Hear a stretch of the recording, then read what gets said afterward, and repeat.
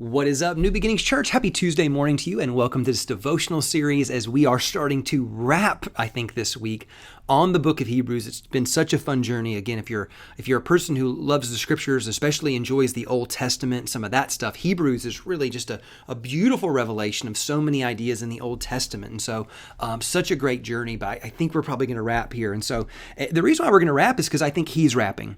Verse 1 of chapter 12 is the last time he uses the word therefore. And the reason why this is important is this. I noticed that as I read Hebrews, he would talk and then say therefore, and then talk and say therefore. Well, I was thinking about it. Well, the idea behind therefore is that everything is linked. So he began with the idea that Jesus is better than angels, therefore.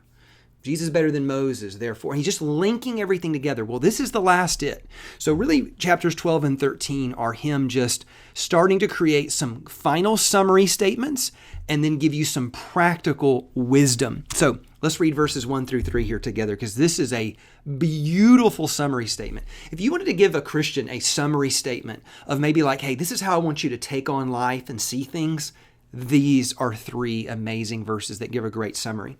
He goes, therefore, since we are surrounded by such a great cloud of witnesses, let us throw off everything that hinders and the sin that so easily entangles, and let us run with perseverance the race marked out for us, fixing our eyes on Jesus, the pioneer and perfecter of faith.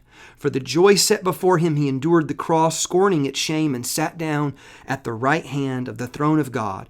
Consider him who endured such opposition from sinners, so that you will not grow weary and lose heart.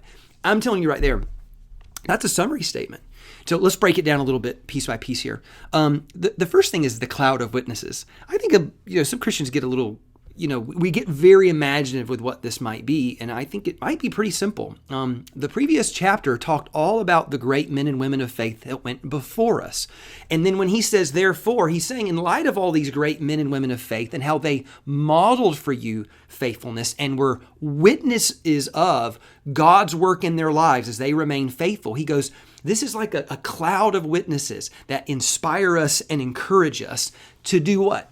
To throw off everything that hinders us and the sin that entangles us. And I noticed something. Normally, we would just say, hey, well, you stop sinning. He actually says, hey, you need to throw off stuff that hinders you and sin, which means a lot of times in life, you need to consider that there's good things in your life that don't belong there. And they're not sinful. They just are a burden, right? That's the idea of this, that the enemy of great is not bad.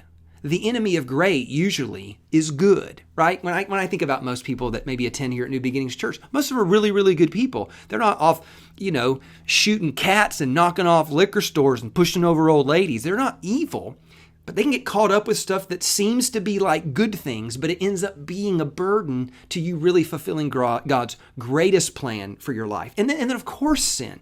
We know sin is just anything that misses the mark of God's best and God's divine ideal. And so, yeah, of course, sin is going to do that to you. And so he goes, you got to get rid of that stuff and then go run with perseverance the race that is set before you. This is so key, I think, because everybody has a slightly different race.